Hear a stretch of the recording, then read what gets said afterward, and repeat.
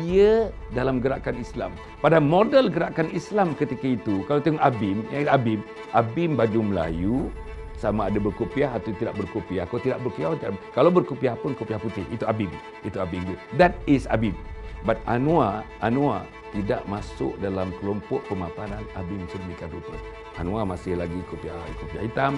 Kalau di subuh pun kopiah hitam. Kalau maghrib pun kopiah hitam. Dalam publik pun kopiah hitam.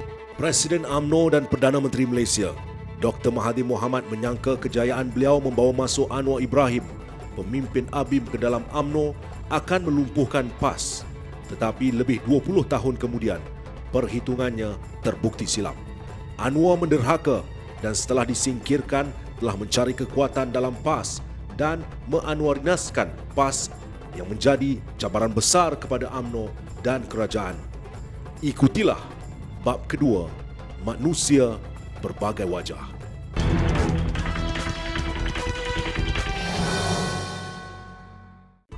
Dr. Mahathir Mohamad, Wakil Rakyat Kawasan Parlimen Kota Star Selatan, melihat kekalahan besar Perikatan dalam Pilihan Raya Umum 1969 yang membawa kepada meletusnya peristiwa berdarah 13 Mei sebagai kesilapan dalaman UMNO. Kekalahan itu juga melibatkan dirinya sendiri, menyebabkan beliau memberontak dan menyebarkan kepada umum surat kritikannya terhadap style kepimpinan Perdana Menteri Tunku Abdul Rahman. Kerajaan bertindak mengharamkannya pada 14 Julai 1969, didahului dengan pemecatan Mahathir dari UMNO pada 12 Julai 1969. Walaupun Mahathir marah kepada kaum Cina yang menyebabkan kekalahannya kepada PAS, tetapi beliau melihatnya dari aspek PAS mempunyai potensi menjadi dominan di kawasan Melayu. Mahathir berazam untuk melumpuhkan PAS sama sekali. Kekalahannya kepada calon PAS, Yusof Rawah, pahit sekali untuk ditelannya.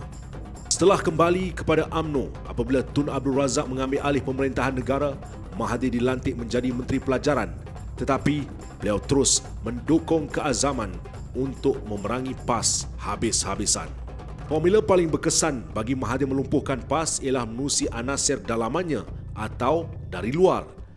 Bila menjadi Perdana Menteri, beliau terus bertindak untuk mencapai matlamatnya sekalipun menghadapi tentangan dari dalam parti. Mahathir nampak Anwar Ibrahim seorang aktivis pelajar yang condong kepada PAS. Pada tahun 1982, Mahathir menggemparkan negara, mengejutkan PAS dan mengelisahkan orang UMNO sendiri apabila beliau mengambil Anwar Ibrahim yang bersikap kritikal terhadap UMNO menyertai UMNO. Tetapi bagi Mahathir, ini hanyalah langkah pertama dari strateginya untuk melumpuhkan PAS. Mahathir mudah menawan Anwar kerana dari maklumat perisik jabatannya, Mahathir tahu dia adalah seorang yang sangat ambisius, mahukan kuasa untuk menegakkan cita-cita Islamnya. Mahathir mengisi hasratnya.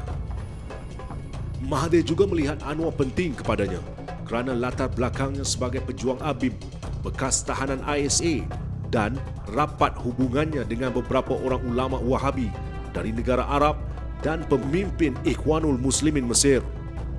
Bagaimanapun, pihak keselamatan yang mengkaji latar belakang Anwar telah nampak bahaya yang ditempah Mahathir. Anwar tidak akan sebati dengan UMNO. Radikalismenya akan terpancar. Bila peluang terbuka, dia akan kukuhkan kedudukannya. Dia akan menjadi ancaman. Mahathir telah membuat kesilapan. Dalam pada itu, Arab Saudi pula melihat Anwar semakin penting bagi menyekat pengaruh kejayaan revolusi Iran yang mahu menyebarkan revolusinya ke seluruh negara-negara Islam di Asia. PAS telah pun menerima konsep Iran mahu menjadikan hanya ulama sebagai pemimpin negara. Saudi mahu menggunakan Anwar sebagai Trojan Horse. Anwar menggunakan Wahabi yang disokong oleh anasir-anasir Iraq. Anwar tidak lagi nampak masa depan dalam PAS bila PAS menetapkan ulama ortodoks sebagai kriteria pemimpin PAS dan negara. Anwar suka tengok ulama pakai kot, pakai tie, tak pakai songkok pun tak apa, and yet he or she can talk well about Islam. Itu saya rasa personality yang Anwar nak. Because of his personality and dia punya thinking, ada Western influence in him, Jewish influence, whatever in him, dia merasakan PAS ni second graders lah. Rasa saya lah.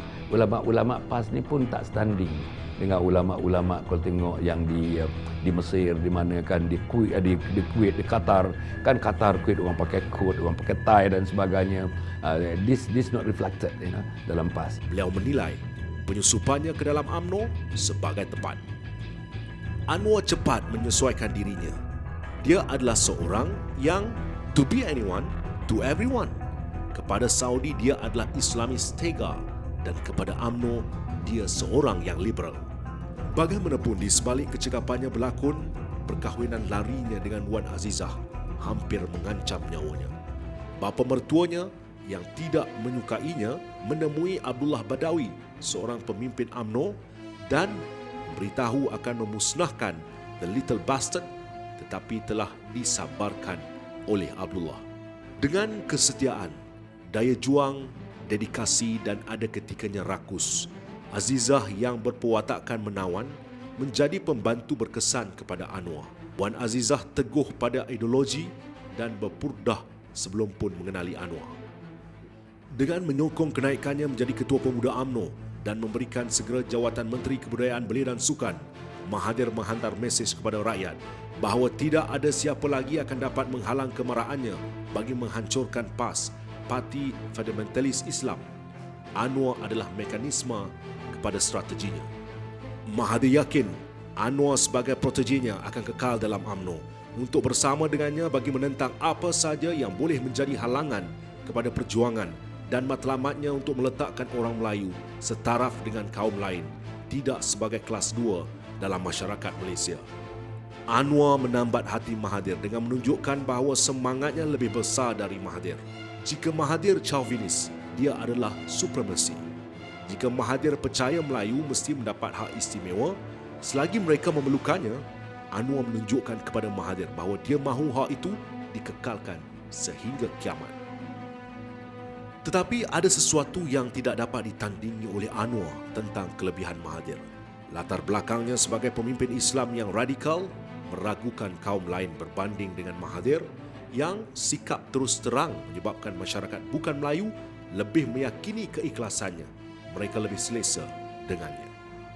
Anwar mengambil kesempatan dari keyakinan Mahathir kepadanya untuk menyeludup ke dalam kerajaan dan UMNO, rakan-rakan operasinya dalam ABIM yang terdiri dari mereka yang mempunyai hubungan dengan PAS, fundamentalis Islam dan radikal Islam, dan juga mereka yang terpengaruh dengan revolusi Iran. Untuk tidak menimbulkan sebarang prasangka Mahathir, beliau mengarahkan semua mereka ini supaya mengikut rentak Mahathir, bersuara dalam perkara-perkara yang Mahathir suka, supaya Mahathir tidak merasakan sebarang ancaman darinya. Dengan keyakinan yang diberikan oleh Mahathir kepadanya, Anwar mengadakan hubungan rapat dengan bank-bank yang mempunyai kaitan dengan kumpulan-kumpulan radikal Islam. Dia semakin kerap keluar negara. Menyedari percaturan dan cabaran dalam UMNO memerlukan wang yang banyak, Anwar mendampingi jutawan Melayu dan Cina untuk masa depan politiknya. Anwar hanya menjauhi atau menjadikan musuh mereka yang memusuhi Mahathir. Mahathir semakin percaya kepada Anwar, menaikkannya menjadi Menteri Pelajaran, jawatan yang diketahui umum sebagai jambatan kepada Perdana Menteri. Dalam jawatan ini, beliau mulai menampakkan tidak sabar. Dia mahu mencari pengaruh dan populariti bagi memperkukuhkan kedudukannya. Dalam masa yang singkat menjadi Menteri Pelajaran, Anwar bukan sahaja mengacau sistem dan semangat dasar pelajaran negara, menukarkan percutian akhir tahun sekolah dan juga mengarahkan istilah bahasa Malaysia ditukarkan kepada bahasa Melayu, menamakan semula Kementerian Pelajaran kepada Kementerian Pendidikan. Tetapi anda akan dapat melihat dalam bab seterusnya bagaimana beliau menubuhkan sarang-sarang operasinya ke arah menjayakan matlamatnya.